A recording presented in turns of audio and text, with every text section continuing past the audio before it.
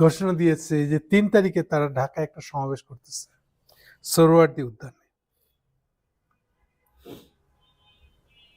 আজকে হলো 28 তারিখ। আগামীকাল হচ্ছে লাস্ট ডেট। আগামীকালের মধ্যে যারা ইলেকশনে পার্টিসিপেট করতে চায় তাদের নমিনেশন পেশ করার, জমা দেওয়ার লাস্ট ডেট হলো আগামীকালকে। তার মানে পরের দিন থেকে সবাইকেই নিজ নিজ মাঠে, প্রার্থীদেরকে নিজ নিজ মাঠে নেমে পড়তে হবে প্রচার প্রপাগান্ডা করার জন্য। সময় যথেষ্ট কমে যাবে তাদের জন্য। এরকম একটা অবস্থায় জামাত ইসলাম কেন এই সমাবেশ ডাকছে? সমাবেশটা মানে হলো এটা একটা পলিটিক্যাল সমাবেশ। যখন ইলেকশনে জোশ উঠে যায় তখন কেন পলিটিক্যাল সমাবেশ? এটা হচ্ছে কন্ট্রাডিকশনটা মানে খারাপ না, নেগেটিভ না, এটা আমার এখনকার সাবজেক্ট না। আমার সাবজেক্ট হলো, এখনকার প্রসঙ্গ হলো এইরকম একটা আপাত কন্ট্রাডিকশন দেখছি কেন আমরা।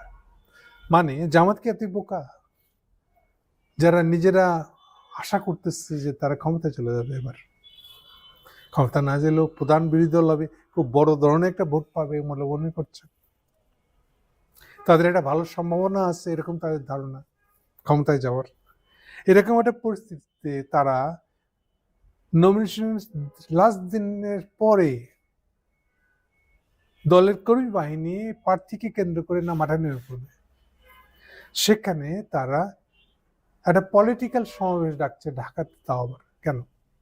যেমন ধরেন প্র্যাকটিক্যালি ঢাকায় সমাবেশ ডাকলে সে সমাবেশটা সফল করতে চাইলে ঢাকার আশেপাশের লোকজন থেকেই তো সমাবেশটা হবে, সেখান থেকে তো লোকজন আনতে হবে।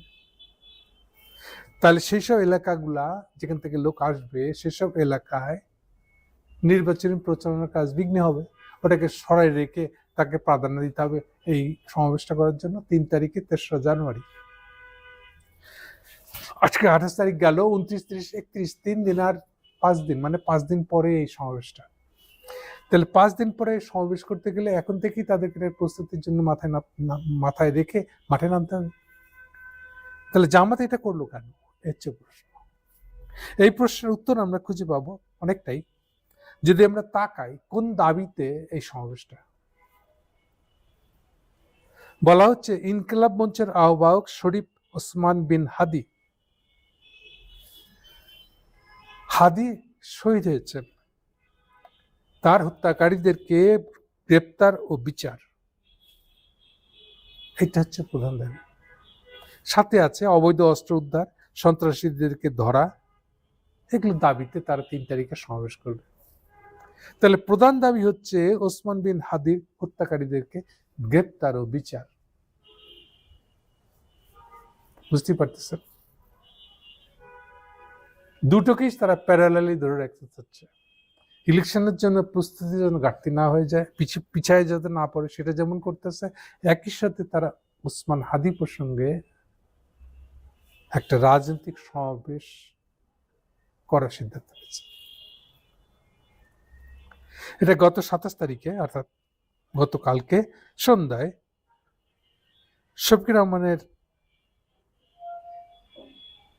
শফিক রহমানের সভাপতিত্বে জামাতের সভায় এই সিদ্ধান্ত নেওয়া হয়েছে।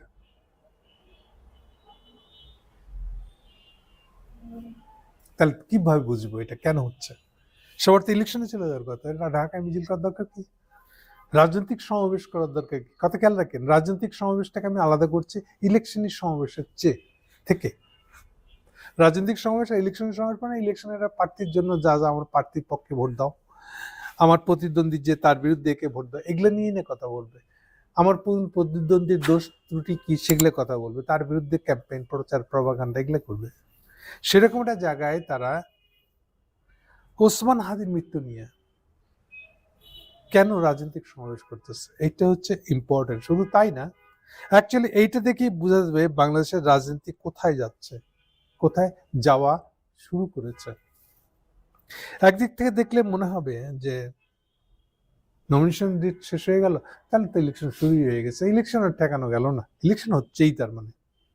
আমি তাদেরকে বিনয়ের সাথে বলবো, একটু থেমে খান, আস্তে আস্তে খান, দেখেন খাওয়া শেষে দই আসে কিনা। আমি আগে বলছি অনেকবার যে ইলেকশন ডেট ডিক্লেয়ার করে দেওয়া, নমিনেশন সাবমিশনের দিন পাড়িয়ে যাওয়া মানেই ইলেকশন হচ্ছে, এরকমটা নাও হতে পারে, এরকম রেকর্ড আছে বাংলাদেশে। অ্যাকচুয়ালি এটার অর্থ হলো, সরাসরি প্রথমে আগে অর্থটাই বলে দিই, পরিস্থিতি এখন এমন, একদিকে যেমন একটা পক্ষ আগাচ্ছে, অ্যাকচুয়ালি মূল বিরোধটা কোথায় হচ্ছে, মানে কেন এই ইলেকশনের টাইমে এই রাজনৈতিক সমাবেশ, এটার মূল কারণ হলো এটারই পাল্টা, যে রাজনৈতিক দুটো পক্ষ খাড়া হয়ে গেছে, দুপক্ষই প্রস্তুতি নিচ্ছে। কিসের? ইলেকশনের? না, এটাই মিন করি নেই। দুপক্ষই প্রস্তুতি নিচ্ছে স্ব-স্ব-পক্ষে রাজনীতিটাকে সবল করবে, স্ব-স্ব-পক্ষের রাজনীতি। এটা বলতেও পারে যে একটা পক্ষ, আমি বললাম জামাতকে কেন্দ্র করে যে জোট তৈরি হচ্ছে সেটা হলো একটা পক্ষ, আর এর বিপরীত পক্ষে হলো আসলে ইউনূস তারেক, অর্থাৎ বিএনপি এখানে আছে, তারেক জিয়ার দেশে আসছে, তার সাথে এখন একটা রফা হচ্ছে।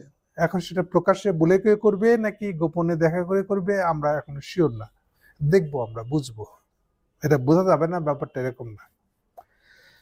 কিন্তু এই আলাপটা যে এখন মুখ্য আলাপ, এই আলাপের মধ্যে তারেক জিয়ার বিএনপির লক্ষ্য হলো ডেফিনেটলি তাদের পক্ষে ইলেকশন করা, তাদের পক্ষে ক্ষমতায় চলে যাওয়া, এটা হচ্ছে তাদের লক্ষ্য। তাহলে যেটা যে কথা বলতেছিলাম, যে আসলে ইউনূস তারেকের যে জোটটা এই অর্থে ইটস নট এ পলিটিক্যাল জোট, বাট এটা একটা, এই জোট এটাকে বলবো অ্যালায়েন্স, দুইটা রাজনৈতিক শক্তির অ্যালায়েন্স।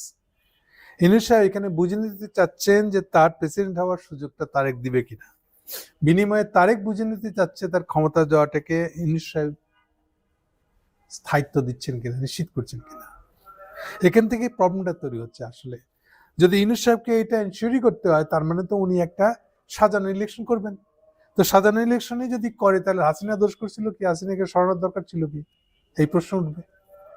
তার চেয়ে বড় কথা হলো, এই যে সাজানো ইলেকশন তারা দুজন মিলে করবে, অ্যারেঞ্জ করবে, তো বাকি পার্টিগুলো কি করবে? আঙুল চুষবে, দাঁড়া দাঁড়া দেখবে। সো মূল বিষয়টা, দ্বন্দ্বটা হচ্ছে এই দুই পক্ষ, এই দুই রাজনৈতিক শক্তির সাথে জামাতকে কেন্দ্র করে যে একটা জোটের কথা উঠে এসছে। সম্ভবত এখন তারা সাংবাদিক সম্মেলন করছে, বা করার কথা, করছে কিনা আমি জানি না, করার কথা শুনেছি। সো এই হচ্ছে তার বিপরীত পক্ষ। তাহলে মূল দ্বন্দ্বটা দেখে মনে হচ্ছে যে ইউনূস তারেকের অ্যালায়েন্সটা হবে কিনা, তার বিরোধী জোট এটা হচ্ছে মুখ্য দিক। আর এর ভিতরে লুকায় আছে আর দুটা বড় পয়েন্ট, খুবই গুরুত্বপূর্ণ পয়েন্ট, পলিটিক্যাল পয়েন্ট। এর একটা হচ্ছে হাদি হত্যার বিচার কি হবে, 2 নম্বর পয়েন্টটা হচ্ছে ইন্ডিয়ান হেজিমনি কি হবে, সে সম্পর্কে প্রত্যেকে কার্ড দেখাইতে হবে, কি চায় তারা, কোন পক্ষের লোক তারা। তাহলে বাড়ির দিক থেকে যেটা মনে হচ্ছে যে ইউনূস তারেকের বৈঠকটা যেভাবে আগাচ্ছে, তাদের অ্যালায়েন্সটা জমছে কিনা, আর তারই বিরুদ্ধে জোটটাই হচ্ছে এটা, জামাতকে কেন্দ্র করে এর বিরুদ্ধে জোট তৈরি হয়েছে, যাদের পেটের ভিতরে লুকে আছে দুইটা strong political issue.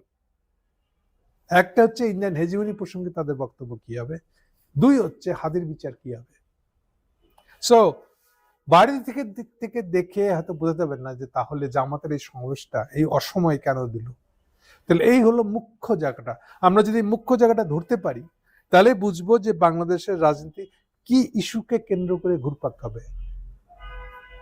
Nomination date চলে গেছে, সাবমিশনের ডেট শেষ হয়ে যাচ্ছে, কিন্তু ওটা না, এটা খুব রেয়ার বাংলাদেশের রাজনীতিতে, এরকম খুব রেয়ার এরকম ঘটনা ঘটেছে।